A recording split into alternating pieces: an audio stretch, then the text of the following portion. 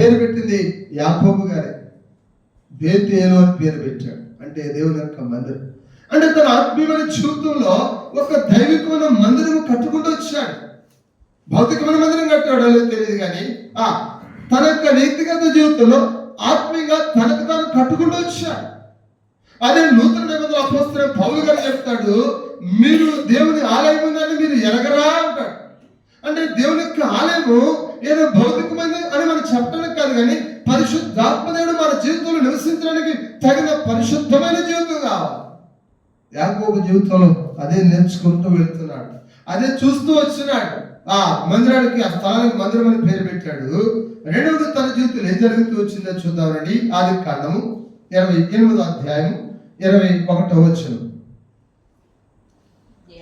20 కలిసింది కదమ్మా. అప్పుడు యాకోబు, నేను తిరిగి నా తండ్రి ఇంటికి క్షేమంగా వచ్చినట్లు దేవుడు నాకు తోడైంది. నేను వెళుచున్న ఈ మార్గంలో నన్ను కాపాడి తినుటకు ఆహారము, ధరించుటకు వస్త్రములను నాకు దయచేసిన యెడల యెహోవా నాకు తోడైండును. రెండవది తనకు అనుభవం ఏమైందంటే, ఆత్మీయంగా కట్టబడిన మందిరములో, తన దేహములో, తన జీవితంలో ప్రార్థనా జీవితం కలిగి ఉండొచ్చాడు. ఏమంటాడండి? అయ్యా నాకు ఆహారం కావాలి, వస్త్రము కావాలి, తినడానికి ఆహారము, ధరించడానికి వస్త్రాలు నాకు దయచేయి.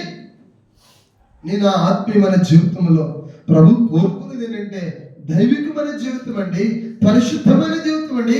ప్రభు గారు చెప్పాడు, ఐగుప్తు నుంచి వెలుపలకు వచ్చిన తర్వాత నిర్గమకాండం 25వ అధ్యాయంలో చెప్తాడు 8వ వచనంలో, నేను మీ మధ్య నివసించినట్లు నాకు ఒక పరిశుద్ధ స్థలం, చిన్న పరిశుద్ధ స్థలం ప్రభు కోరుతున్నాడు.